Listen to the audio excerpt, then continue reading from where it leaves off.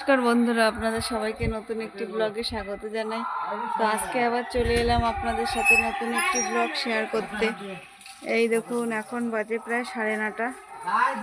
সকালে আজকে কি করব ভাবলাম, তাই অনেক দিন পরে আজকে একটু গুলা রুটি বানাচ্ছে। এই যে দেখুন, ধোসা, আমাদের বাঙালি ধোসা। এই যে আর লাস্টটা কড়াইতে দিয়ে দিয়েছি। হাওয়া হচ্ছে, উনুনটা খুব জ্বালাচ্ছিল, বারে বারে লিপছে। এই যে হচ্ছে, রুটি বানানো হয়ে গেছে। আমি একটু খাবো, একটু পেঁয়াজ কুচি, একটু লঙ্কা কুচি, একটু মধ্যে রসুন দিতে বলেছে, এই কুচিটা দিয়ে খাবো।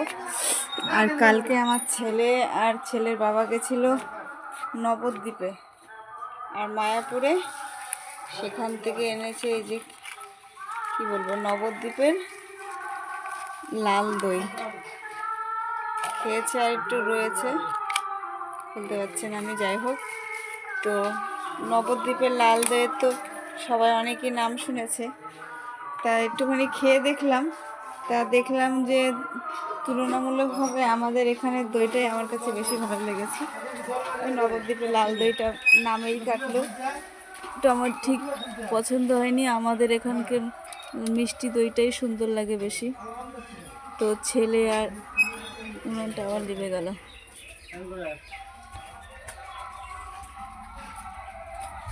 আমার ছেলে আজকে সকাল সকালেই স্নান করছে। ওর মাথাটা নাকি খুব যন্ত্রণা করছে, কালকে ঘুরতে গেছিলো, মানে কী সব খেয়ে গ্যাস হয়ে গেছে, বমি পাচ্ছে। তো ও যে এখন কি খাবে, আমি রুটি খেলে তারও গ্যাস হবে, তাই ভাবছি একটু চিড়ে নাই মুড়ি কিছু খাবে। তাই যে আজকে ওদের ভেবেছিলাম যে একটু রুটি দিয়ে ওরা দই দিয়ে খাবে, তা এখন কি হয় কে জানে। আর দুপুরবেলায় তো রান্না বান্না হবে। এই যে এর মধ্যে মাছ রয়েছে, এক হাতে ঠিক খুলতে পারছি না।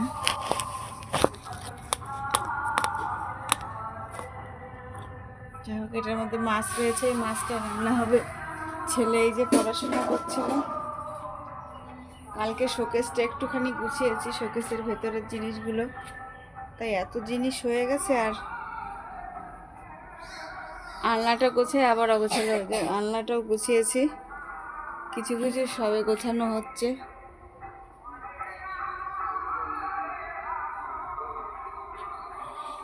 তো কালকে ফার্স্ট টাইম নবদ্বীপের মিষ্টি দইটা ট্রাই করলাম। তো আগেই তো বললাম যে আমাদের এখানের দইটাই আমার কাছে বেশি ভালো লেগেছে।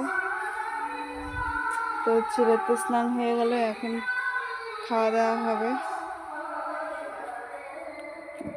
তো আপনাদের যদি ভিডিওটা ভালো লাগে প্লিজ লাইক করবেন, কমেন্ট করবেন, শেয়ার করে দেবেন, আর আমাদের পাশে থাকবেন।